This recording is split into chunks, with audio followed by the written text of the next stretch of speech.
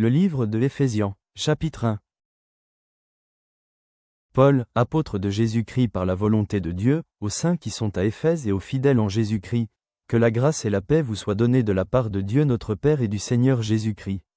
Béni soit Dieu, le Père de notre Seigneur Jésus-Christ, qui nous a bénis de toutes sortes de bénédictions spirituelles dans les lieux célestes en Christ. En lui Dieu nous a élus avant la fondation du monde, pour que nous soyons saints et irrépréhensibles devant lui, nous ayant prédestinés dans son amour à être ses enfants d'adoption par Jésus-Christ, selon le bon plaisir de sa volonté. À la louange de la gloire de sa grâce qu'il nous a accordée en son bien-aimé. En lui nous avons la rédemption par son sang, la rémission des péchés, selon la richesse de sa grâce, que Dieu a répandue abondamment sur nous par toute espèce de sagesse et d'intelligence, nous faisant connaître le mystère de sa volonté, selon le bienveillant dessein qu'il avait formé en lui-même, pour le mettre à exécution lorsque les temps seraient accomplis, de réunir toutes choses en Christ, celles qui sont dans les cieux et celles qui sont sur la terre. En lui nous sommes aussi devenus héritiers, ayant été prédestinés suivant la résolution de celui qui opère toutes choses d'après le conseil de sa volonté, afin que nous servions à la louange de sa gloire, nous qui d'avance avons espéré en Christ.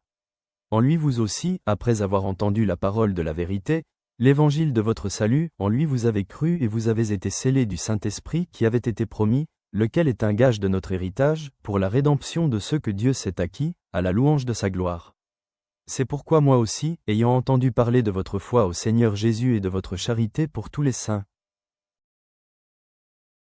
je ne cesse de rendre grâce pour vous, faisant mention de vous dans mes prières, afin que le Dieu de notre Seigneur Jésus-Christ, le Père de gloire, vous donne un esprit de sagesse et de révélation, dans sa connaissance, et qu'il illumine les yeux de votre cœur, pour que vous sachiez quelle est l'espérance qui s'attache à son appel, quelle est la richesse de la gloire de son héritage qu'il réserve aux saints, et quelle est envers nous qui croyons l'infinie grandeur de sa puissance, se manifestant avec efficacité par la vertu de sa force.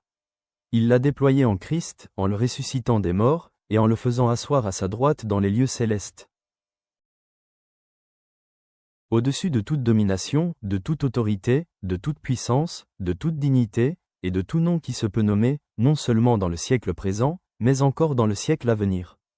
Il a tout mis sous ses pieds, et il l'a donné pour chef suprême à l'Église, qui est son corps, la plénitude de celui qui remplit tout en tous.